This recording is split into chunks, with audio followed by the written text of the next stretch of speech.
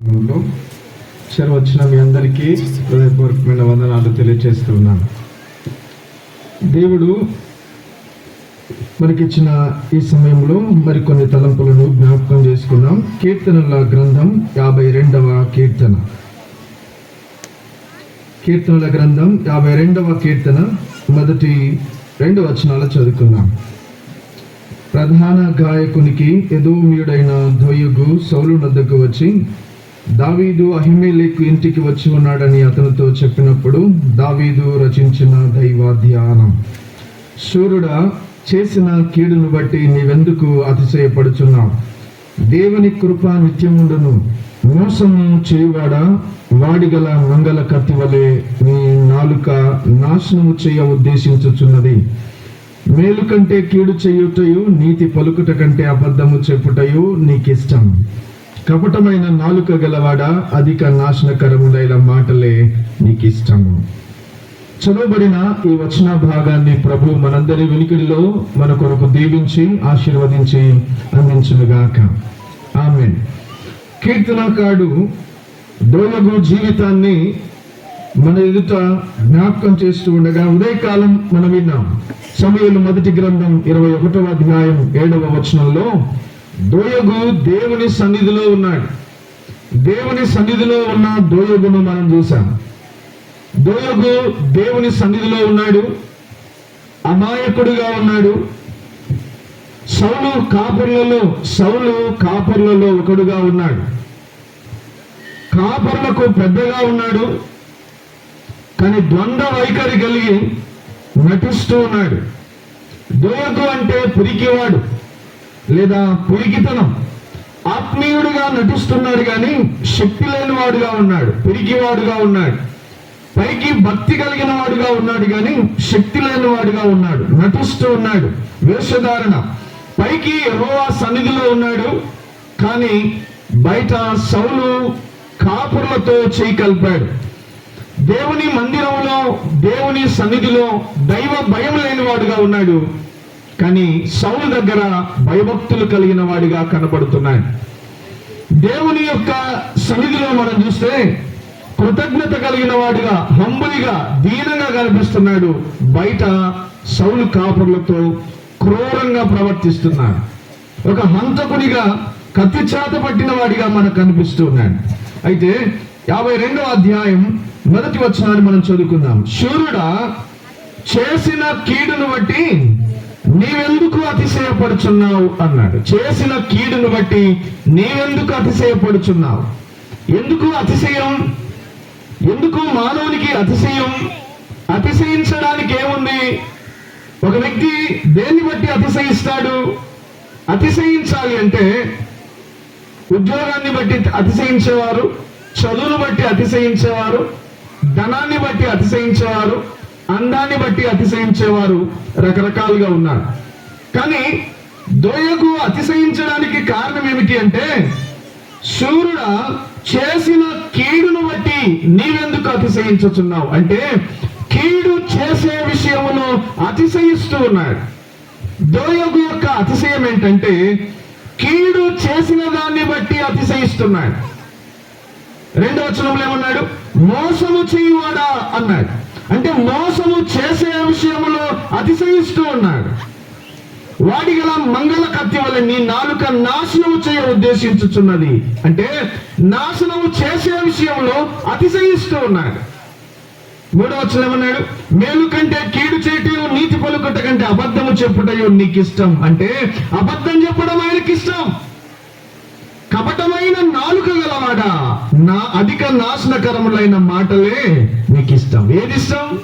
దోయగుకు ఇష్టం కీడు చేయడం ఇష్టం, మోసం చేయడం ఇష్టం, నాశనం చేయడం ఇష్టం, అబద్ధము చెప్పడం ఇష్టం, నాశనకరమైన మాటలు మాట్లాడడం ఇష్టమట.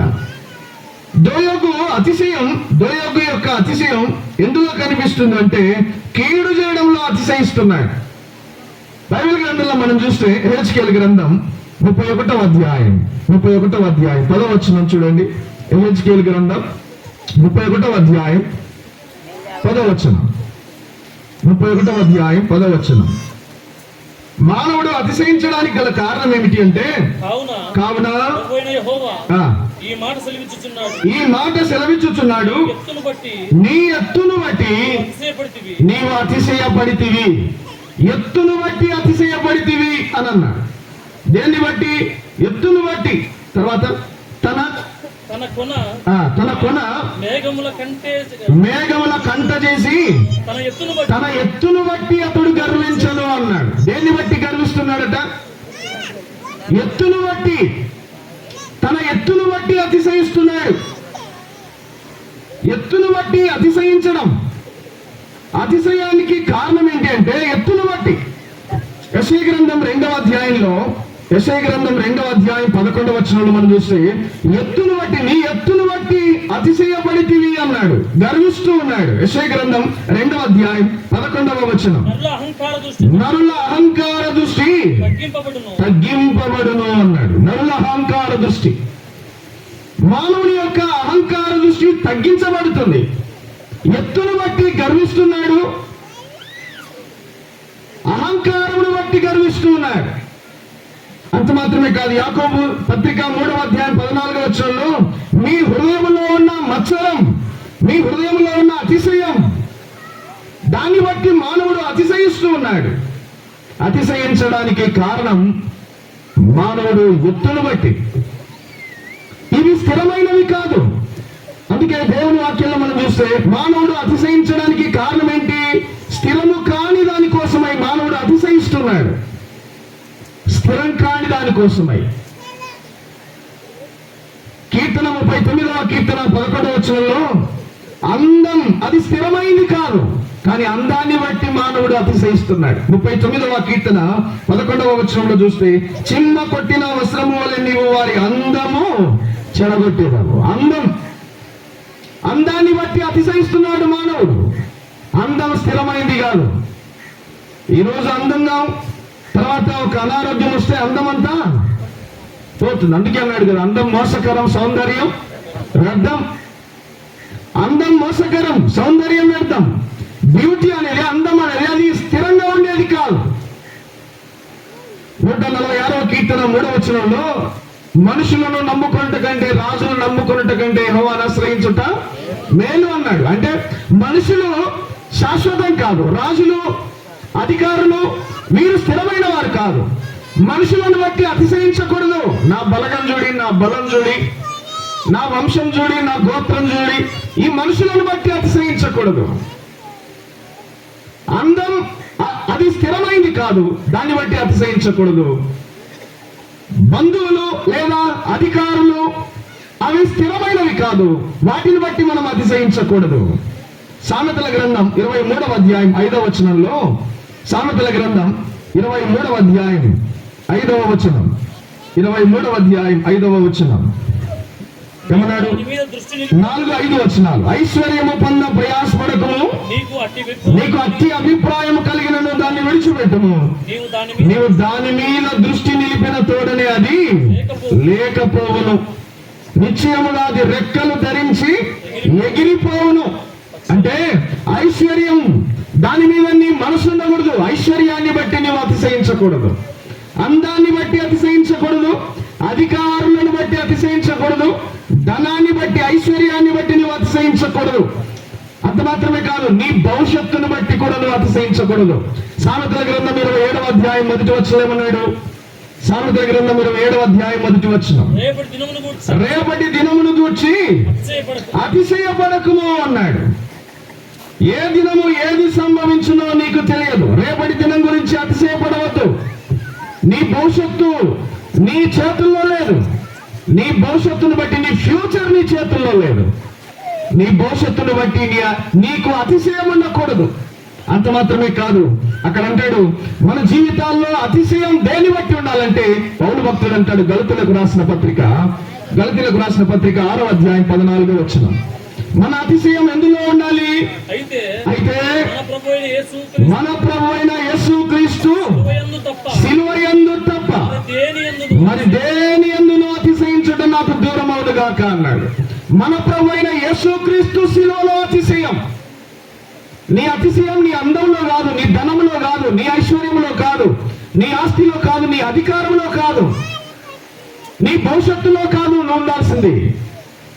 సిలువను గూర్చిన అతిశయం నీకు ఉండాలి. పౌలు అన్నాడు, పౌలు ఎవరు? ఆయన కోటీశ్వరుడు, ఆయన సమృద్ధిగా అన్ని కలిగిన వాడు.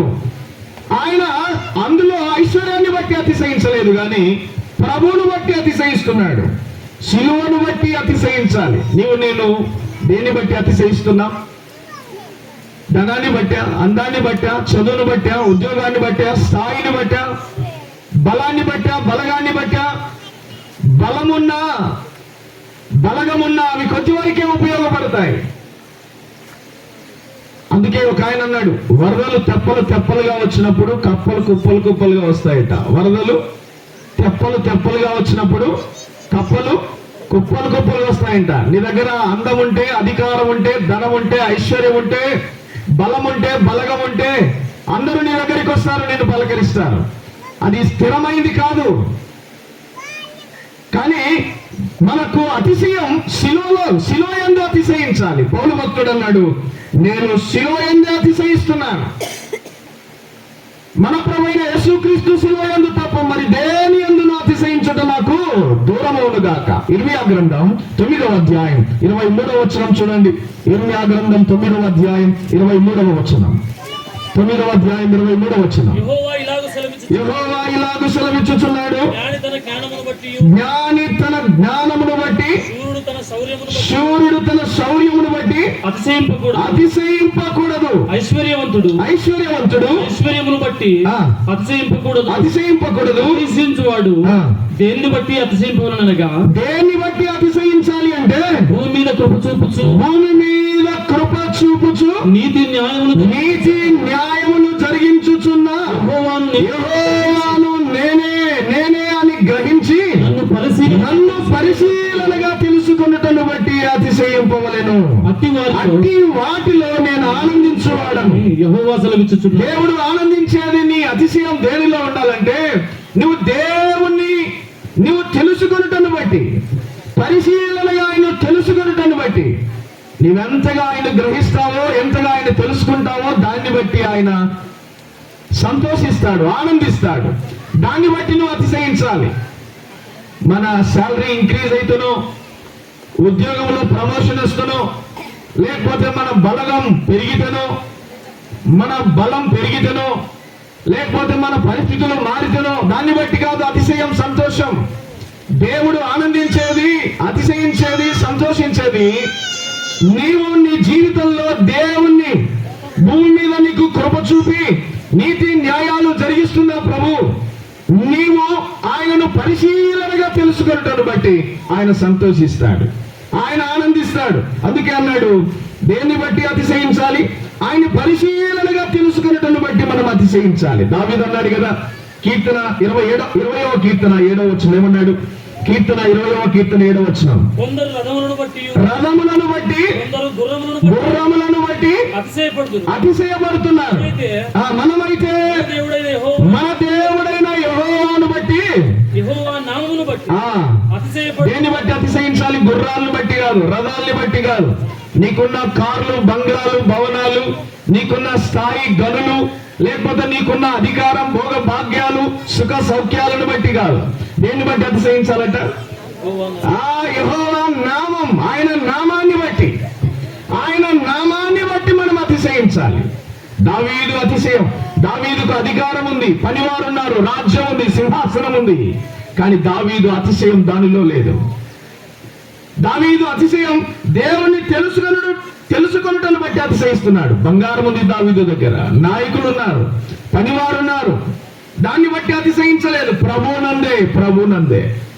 1 కొరింథీ పత్రిక 1వ అధ్యాయం 31వ వచనం అన్నాడు కదా, ఏమన్నాడు? ప్రభునందే అతిశయించాలి. ఎందుకు ప్రభునందు అతిశయించాలి?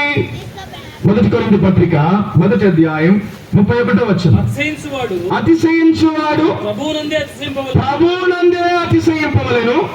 తర్వాత దేవుని మూలముగా మనకు జ్ఞానము, నీతి, పరిశుద్ధతయు, విమోచనం. నీతి, జ్ఞానం, పరిశుద్ధత ఆయన.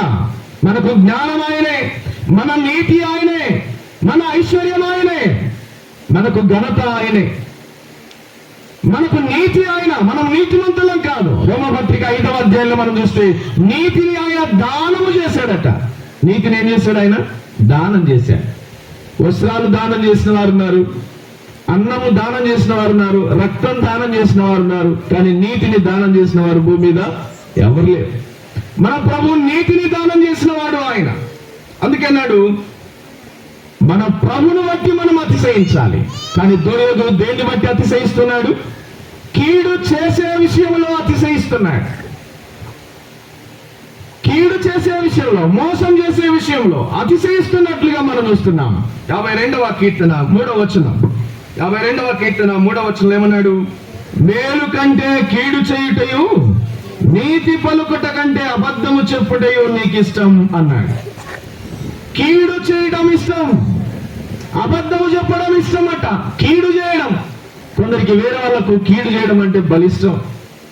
వేరే వాళ్ళు చక్కగా ఉంటే, లేకపోతే వేరే వాళ్ళు మేలు పొందితే, వేరే వాళ్ళు దీవించబడితే, వేరే వాళ్ళు ఆశీర్వదించబడితే అసలు నిద్ర పట్టదు వీళ్ళకు. వారికి ఇష్టం కీడు చేయడం ఇష్టం, మోసం చేయడం ఇష్టం, నాశనం చేయడం ఇష్టం, పాడు చేయడం ఇష్టం. అయితే దోయగు ఒక దేవుని సన్నిధిలో ఉన్నాడు, కానీ కీడు చేసేవాడుగా ఉన్నాడు, మోసం చేసేవాడుగా ఉన్నాడు.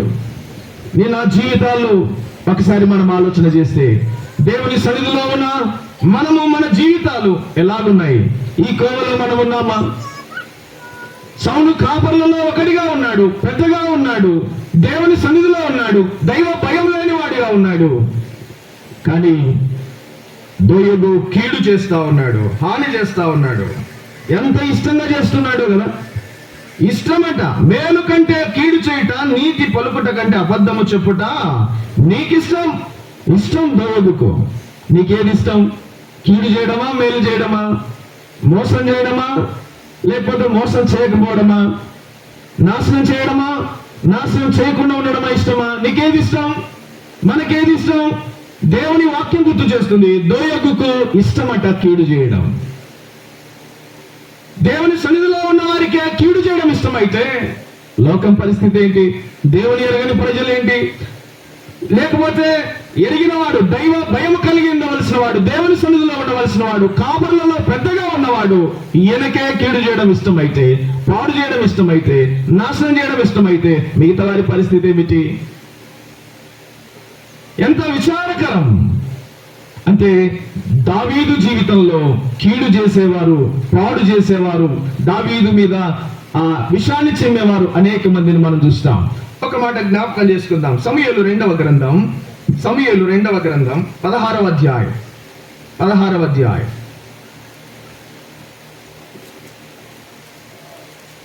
5వ వచనం. సమూయేలు 2వ గ్రంథం 16వ అధ్యాయం 5వ వచనం. రాజైన దావీదు వచ్చినప్పుడు సౌలు కుటుంబీకుడును గెరా కుమారుడైన షిమి అనుకున్నప్పుడు అతడి నుండి బయలుదేరి వచ్చెను. అతడు వెంట నడుచుచు దావీదును శపించుచు జనులందరూ వెంట నడుచుచు దావీదును శపించుచు అనే మాట కనబడుతుంది కదా. ఎవరు? షిమి. వెంట నడిచిన వాడే, ప్రక్కన ఉన్నవాడే, దావీదుతో నడుస్తున్నవాడే, అడుగులో అడుగు వేస్తున్నవాడే దావీదును ఏం చేస్తున్నాడట? శపిస్తున్నాడట. రాళ్ళు రువుతా ఉన్నాడు. అంత మాత్రమే కాదు, 11వ వచనం ఏమన్నాడు?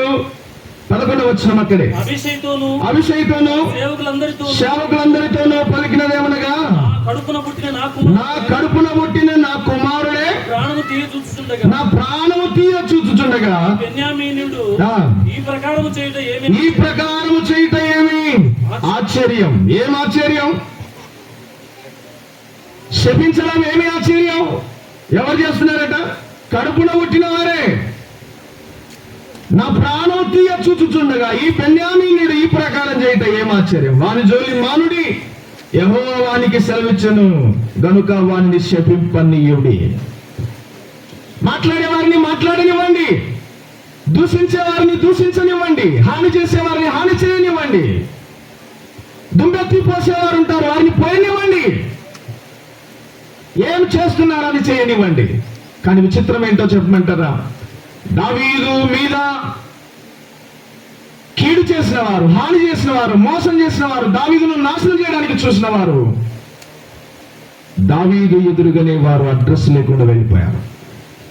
నీవు ఆత్మీయుడమైతే, దైవ భయం కలిగిన వ్యక్తివైతే, దేవునితో నీకు సంబంధం కలిగిన వ్యక్తివి నువ్వైతే, దేవుని బీజం లేదా దేవుని భయం, దేవుని వాక్యము యొక్క ప్రాధాన్యత నీ జీవితంలో నీకున్నట్లయితే, నీకు వ్యతిరేకంగా నిన్ను కీడు చేయడానికి, నిన్ను పాడు చేయడానికి, నాశనం చేయడానికి, పతనం చేయడానికి కంకణం కట్టుకొని రాత్రింబగళ్ళు కష్టపడినా నమ్మండి మాట, నీ కళ్ళ ఎదురుగానే వారు అడ్రస్ లేకుండా వెళ్ళిపోతారు. సౌలు జీవితాన్ని మనం చూస్తాం. సౌలు ఈటను విసరడానికి ప్రయత్నం చేసినారు ఎన్నోసార్లు. కానీ ఎవరు చంపారు సౌలును? ఎవరు చంపారు? తన కత్తిని తనే.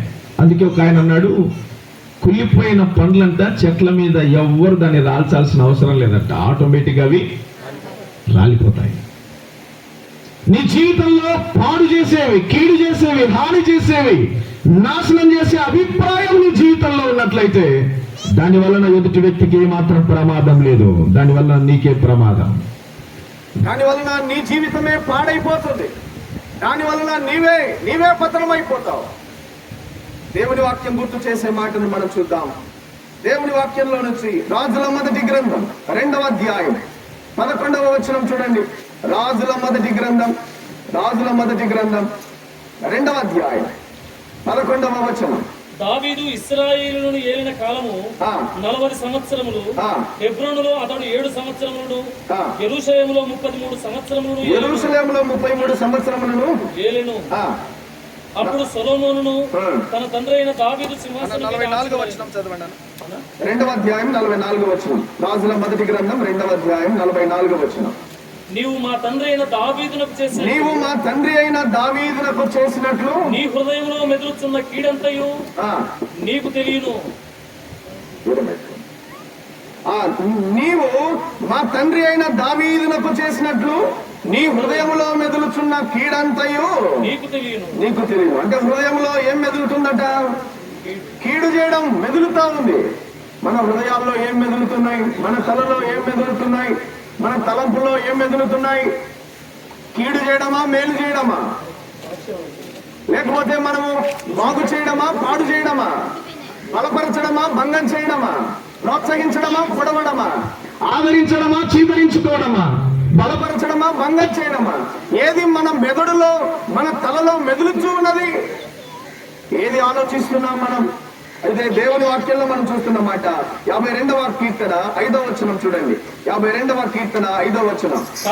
కావున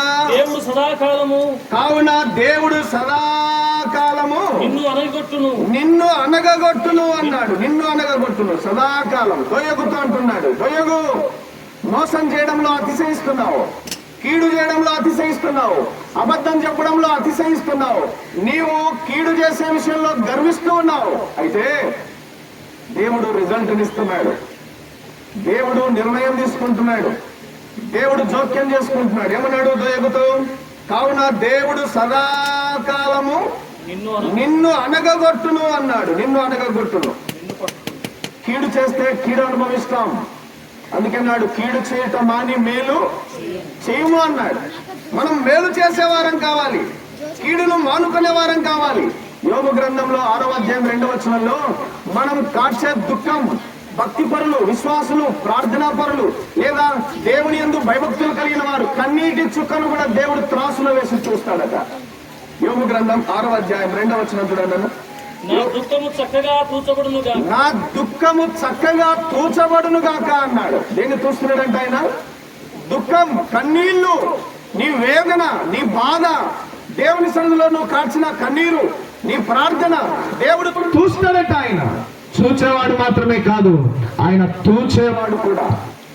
కన్నీళ్లను ఆయన చూస్తాడట. కన్నీళ్లను నువ్వు ఎన్ని కన్నీళ్లు కార్చావో దాన్ని బట్టి ఆయన త్రాసులో తూచబోతున్నాడు. దేవుని వాక్యం తెలియచేసే మాట. అయితే నీతిమంతులకు ఒక పాఠాన్ని దేవుడు జ్ఞాపకం చేస్తున్నాడు. ఏమన్నాడు అనంటే 34వ కీర్తన 14వ వచనంలో కీడు చేయటం మాని మేలు చేయాలి. ఏం చేయాలి? మేలు చేయాలి. కీడు చేయటం మాని మేలు చేయాలి. మనం మేలు చేయాలి. మేలు చేసే విషయంలో బిజీ కావాలి. అందుకే ఒక ఆయన అన్నాడు, be busy doing right but not time to do wrong. నీవు మేలు చేసే విషయంలో, మంచి చేసే విషయంలో బిజీగా ఉంటే కీడు చేయాలన్న ఆలోచన రావడానికి కూడా సమయం ఉండదట. మనం ఎప్పుడు కీడు చేయడానికి ఆలోచన చేస్తే అసలు మేలు చేసే ఆలోచన మనకి ఎప్పుడు వస్తుంది? మనము మేలు చేసే విషయంలో ఆలోచన కలిగిన వారం కావాలి. అందుకే అన్నాడు 37వ కీర్తన 27వ వచనంలో, మనం కీడు చేయటమా అని మేలు చేస్తే ఏమవుతామంట? నిత్యము నిలుస్తాం. నిత్యము నిలుస్తాం. మనం పడిపోం, నిలుస్తాం. మనం దేవుడు మనల్ని నిలబెడతాడు. దేవుడు మనల్ని ఆయన సన్నిధిలో స్థిరపరుస్తాడు. అందుకే సౌలు చేసిన అపకారమునకు బదులుగా ఉపకారం చేసినాడు దావీదు కదా. అపకారమునకు బదులుగా ఉపకారము చేసాను అని అన్నాడు. సామెతల గ్రంథం 17వ అధ్యాయం 13వ వచనం. సామెతల గ్రంథం 17వ అధ్యాయం 13వ వచనం చూడండి. 17వ అధ్యాయం. మేలుకు ప్రతిగా కీడు చేయువాని ఇంట నుండి ఇంట నుండి కీడు తొలగిపోదు అన్నాడు. నువ్వు కీడు చేస్తే నీ ఇంటిలోనే ఉంటదట కీడు, ఎక్కడికి పోదటది. నీ వెంటనే ఉంటది, నీతోనే ఉంటది, నీడలాగా నీ వెంటనే తిరుగుతూ ఉంటది. నువ్వు మేలు చేసే వ్యక్తివి కావాలి. కీడు చేస్తే కీడు నీ ఇంట నుండి తొలగిపోదట, అది పొంచి ఉంటుందట కీడు. నువ్వేం చేస్తావో, నువ్వు కీడు చేస్తే కీడు ఉంటుంది, మేలు చేస్తే మేలు ఉంటుంది. అందుకే దేవుని వాక్యంలో మనం చూస్తున్నాం, కీడుకు ప్రతి కీడు చేయవద్దు అన్నాడు. నీవు ఆత్మీయుడవైతే, నీవు దేవుని పక్షపు వాడవైతే ఖచ్చితంగా నీ విషయంలో దేవుడు జోక్యం చేసుకుంటాడు. దోయగు కీడు చేసిన, హాని చేసిన, మోసం చేసిన దావీదు విషయంలో ఎంతగా విషాన్ని చిమ్మిన, దావీదు మీద షిమి దుమ్మెత్తి పోసిన, వెంట నడుస్తూ దూషించిన, రాళ్ళు రువిన, శపించిన, దావీదు ప్రాణం తీయడానికి ఆలోచన చేసిన, వినండి, దేవుడు ఒక పాఠాన్ని మనకు తెలియజేస్తూ ఉన్నాడు. కీర్తన 52వ కీర్తన 5వ వచనం.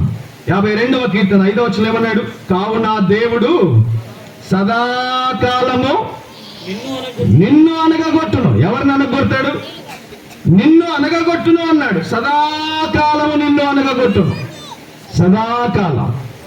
దేవుడిచ్చే రిజల్ట్ ఏంటంటే, నీవు భక్తిపరుడవైతే, ఆత్మీయుడవైతే, దేవుని సన్నిధిలో భయం కలిగిన వ్యక్తివైతే, నీకు వ్యతిరేకంగా లేదా నీ మీద వ్యతిరేకంగా దూషించిన, హాని చేసిన, పాడు చేయడానికి ప్రయత్నం చేసిన వారి విషయంలో దేవుడే నిర్ణయం తీసుకుంటాడు.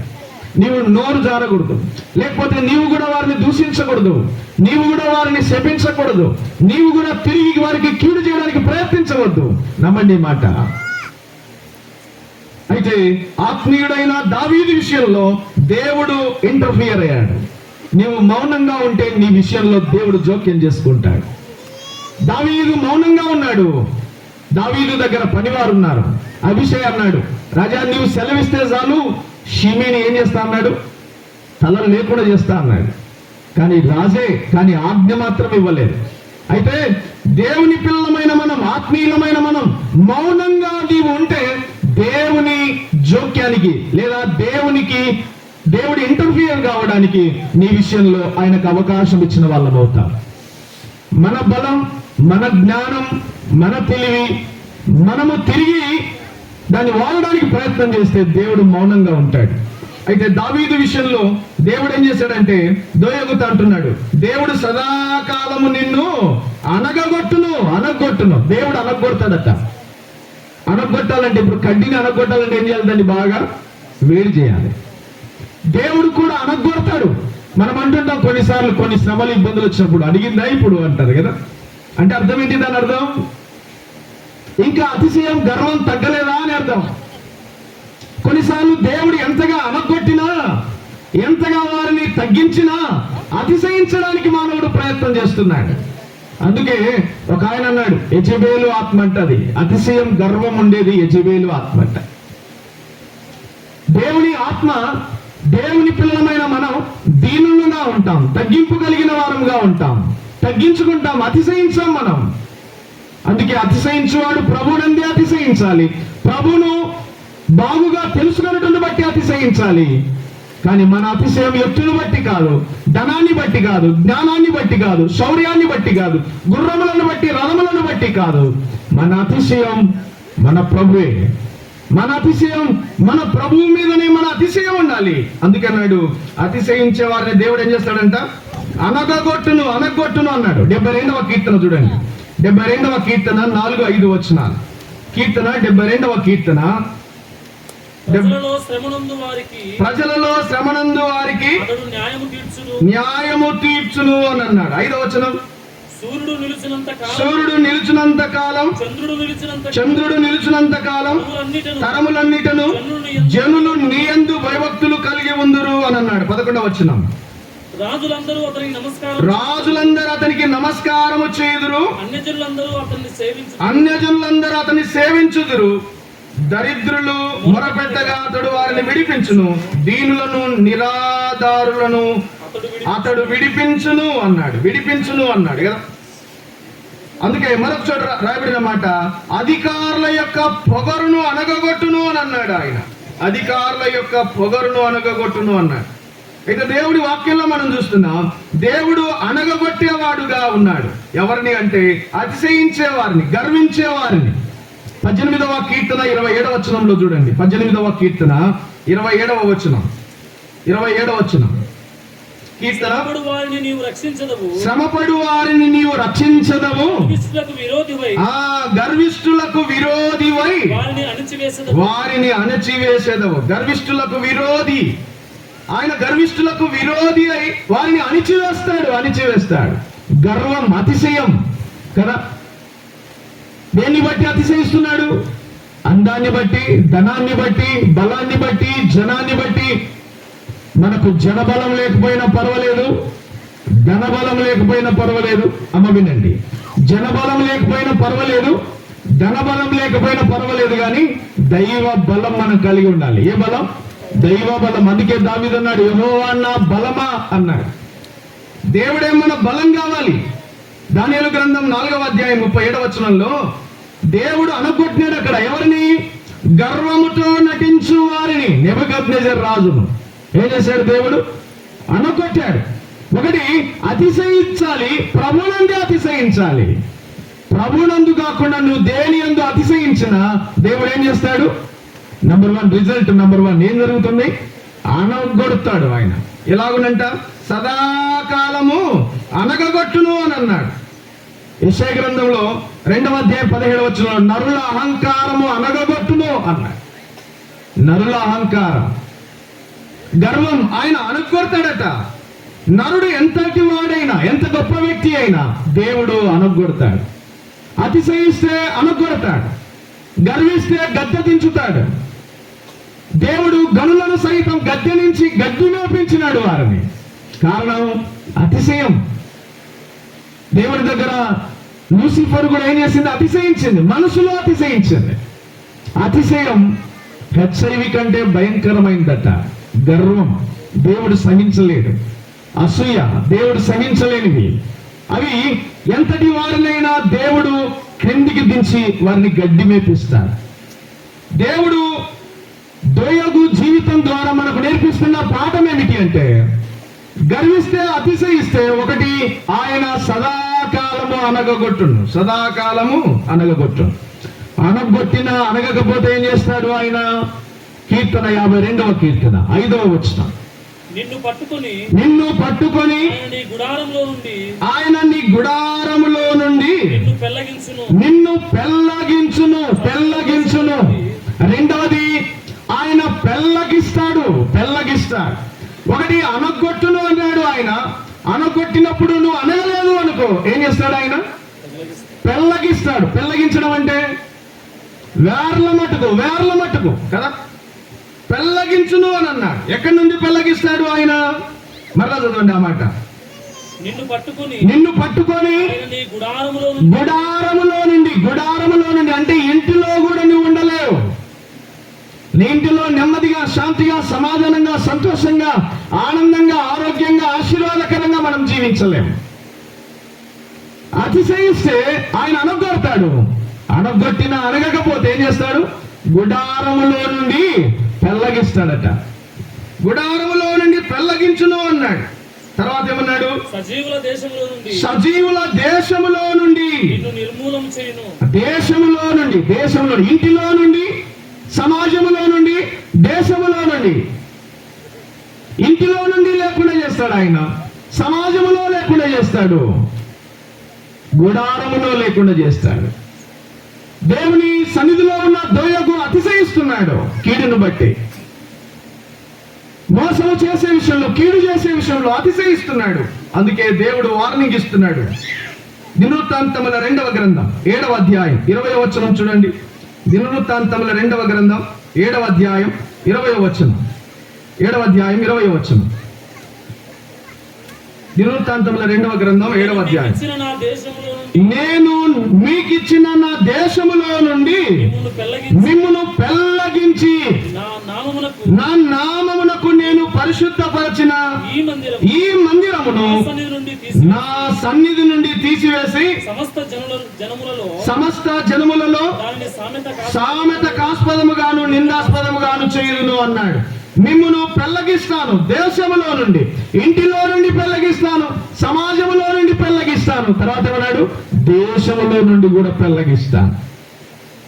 దేశములో లేకుండా పెళ్ళగిస్తాను. ఎందుకు పెళ్ళగిస్తాడు దేవుడు? ఎందుకు అనగొట్టడానికి ఇష్టపడుతున్నాడు?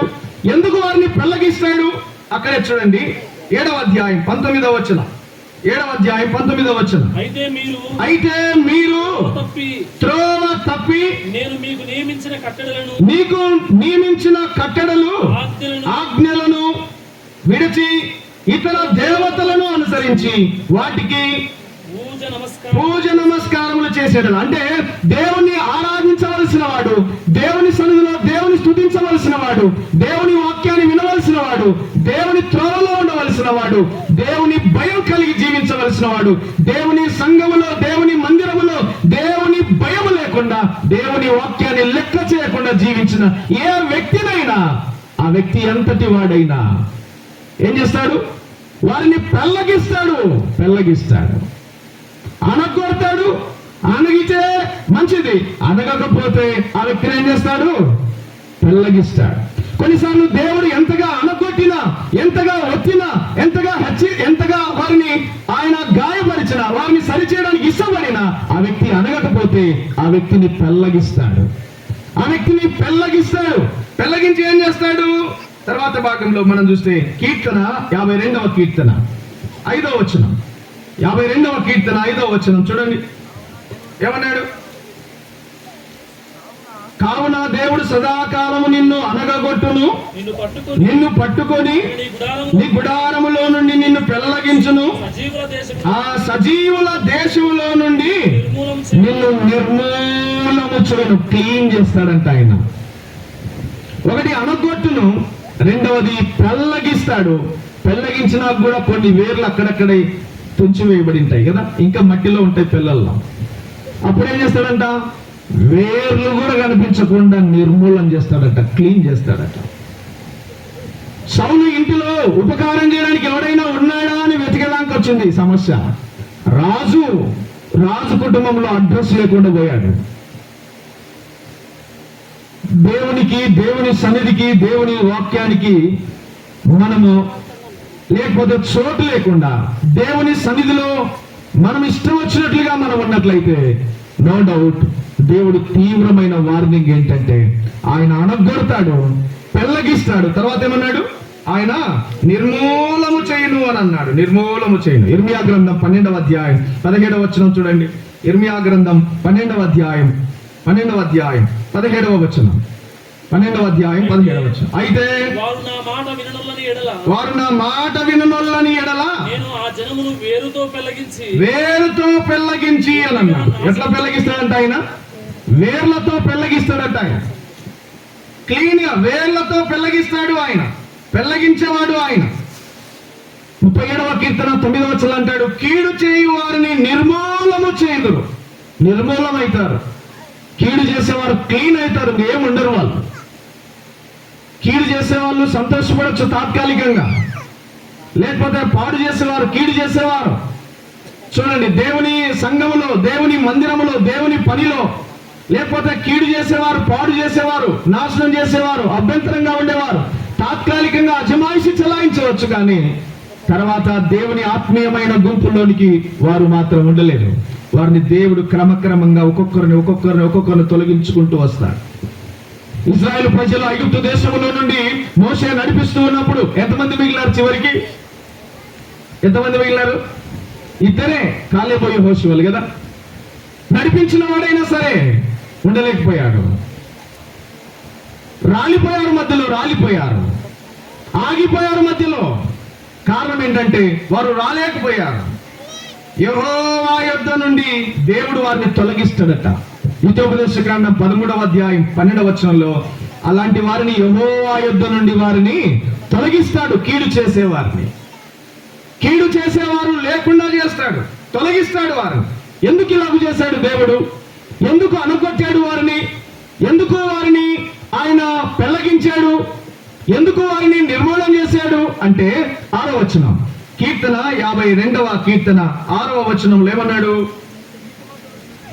52వ కీర్తన 6వ వచనం, నీతిమంతులు చూచి భయభక్తులు కలిగి, నీతిమంతులకు భయం, ప్రార్థనా పరులైన నీతిమంతులైన దేవుని సన్నిధిలో భయం కలిగిన వారైనా కొంచెమైనా మీరైనా భయం కలిగి ఉంటారని. భయం లేకుండా ఉండేవారు, లేకపోతే దేవుని సన్నిధిలో బరి తెగించిన వారిని దేవుడు ఎలాగున అనగొట్టాడో, ఎలాగున పెళ్లగిస్తున్నాడో, ఎలాగున నిర్మూలన చేస్తున్నాడో వారిని చూచి నీవు భయం కలిగి ఉంటావని, వారిని చూచి నీవు భయము భక్తి కలిగి ఉంటావని. అందుకన్నాడు సమూయేలు 2వ గ్రంథం 22వ అధ్యాయం 3వ వచనం చూస్తే, దావీదు దేనికి దుర్గం అన్నాడు? యెహోవా దేవుడే దుర్గం అనుకున్నాడు. ఏమన్నాడు? సమూయేలు 2వ గ్రంథం 22వ అధ్యాయం 3వ వచనం, దావీదుకు దుర్గం, నా దుర్గమా అన్నాడు. నా దుర్గమా అన్నాడు. దోయగుకు దుర్గం ఏంటంట? దోయగు కీడు చేయడం దుర్గం, మోసం చేయడం, నాశనం చేయడం, కీడు చేయడం, అబద్ధమాడడం, కత్తి వలె నాలుకను పదులుగా వాయించడం, అంత నైపుణ్యం కలిగిన దోయగు అదే దుర్గం అనుకున్నాడు. అదే నాకు ఆశ్రయం, అదే నాకు బలం అనుకున్నాడు. కానీ దావీదు యెహోవా నా దుర్గమా అన్నాడు. దావీదుకు దుర్గం దేవుడే దుర్గం.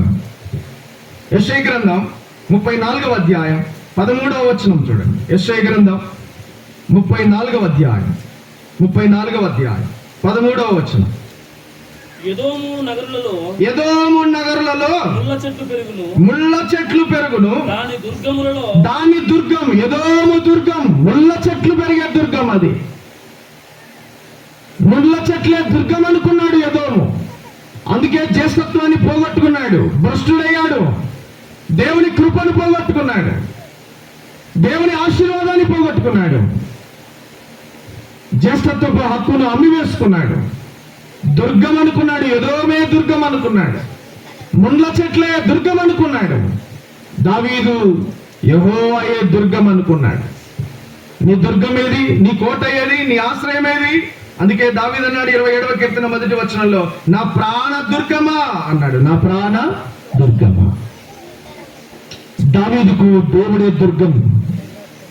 దోయగుకు కీడు, మోసం చేయడం, అబద్ధమాడడం, హాని చేయడం, కీడు చేయడం అవి దుర్గం అనుకున్నాడు. అవి ఆసరా చేసుకున్నాడు. నీ ఆసరా, నీ ధైర్యం, నీ దుర్గం, నీ బలం ఏది? ఇప్పటికైనా దేవుని కృప మనకు తోడుగా ఉండి మనకు సహాయం చేస్తూ మనల్ని హెచ్చరిస్తూ ఉండగా, దేవుని కృప, దేవుని వాత్సల్యమును బట్టి దేవుడు ఇంకా మనల్ని సజీవ లెక్కలో ఉంచినాడు. విలాప వాక్యముల గ్రంథం 3వ అధ్యాయం 22వ వచనం. విలాప వాక్యములు 3వ అధ్యాయం 22వ వచనం చదవండి. విలాప వాక్యముల గ్రంథం 3వ అధ్యాయం 22వ వచనం. దేవుడు కృపగలవాడు, ఆయన వాత్సల్యత ఇంకా మనము నిర్మూలము కాలేదు అంటే, ఇంకా మనము అనగొట్టబడలేదు, ఇంకా నిర్మూలము కాలేదు, ఇంకా పెళ్లగించబడలేదు అంటే కారణం ఏంటంటే అంటే దేవుని కృప, దేవుని వాత్సల్యం మన మీద ఉంది కాబట్టే మనం ఇంకా సజీవ లెక్కలో ఉన్నాం. దేవుని కృప, దేవుని వాత్సల్యం మన మీద ఉండగా ఇప్పటికైనా దేవుని కొరకు బ్రతుకుదాం. ఇప్పటికైనా దేవుని కృప కొరకు, దేవుని కనికరం కొరకు మనం ఎదురు చూస్తూ దేవుడే మనకు దుర్గముగా ఎంచుకొని దోయగోలే కాకుండా దేవుని సన్నిధిలో భయము కలిగి, భక్తి కలిగి, దేవుడే నాకు దుర్గం, దేవుడే నాకు బలం, దేవుడే నా ఆశ్రయ దుర్గం అని దావీదు అనుకున్నట్లుగా దావీదు వలె మన జీవితాలు సరి చేసుకొని, దేవుని కృప వాత్సల్యం ఇంకా మన మీద ఉండగా మన జీవితాలు సరి చేసుకొని ప్రభు సారూప్యంలోనికి మార్చబడుతూ ప్రభు కొరకు జీవిద్దాం. ప్రభు అలాగున మనల్ని బలపరచి నడిపించును గాక. ఈ కొద్ది తలంపులు దేవుడు దీవించి ఆశీర్వదించును గాక. చిన్న మాట ప్రార్థన చేద్దాం. పరమ తండ్రి, దయగలిగిన మా దేవా, మీ పరిశుద్ధమైన, ఉన్నతమైన, శ్రేష్టమైన, ఘనమైన నామమును బట్టి స్తుతులు, స్తోత్రములు, కృతజ్ఞతలు చెల్లిస్తున్నాము. మీరు మమ్మల్ని ప్రేమించి ఉదయకాలం, మధ్యాహ్నం మీరు నిలబెట్టి అందించిన మాటల కొరకై స్తోత్రాలు. విత్తబడిన మాట నీకట్టి ఫలింపచేసి మా అందరి హృదయాల్లో నిలిచి మొలిచి ఫలించినట్లుగా సహాయం దయచేయండి. మీ దాసులు ప్రకాశ్ రాజన్న కర్నూలుకి వెళ్తుండగా ప్రయాణంలో మీ సన్నిధిని అనుగ్రహించండి. రాత్రి అలాగే రేపటి దినం జరుగుతున్న మీటింగ్స్ లో కూడా మీ దాసుని బలపరచి వాడుకొని మహిమ పొందమని, ఈ సమయాన్ని, మిగిలినటువంటి సమయాన్ని మీ చేతులకు అప్పగిస్తూ మహిమ, ఘనత, ప్రభావాలు మీకే చెల్లిస్తూ యేసుక్రీస్తు నామములో స్తోత్రం చెల్లించి అడిగి పొంది ఉన్నాము తండ్రి. ఆమేన్.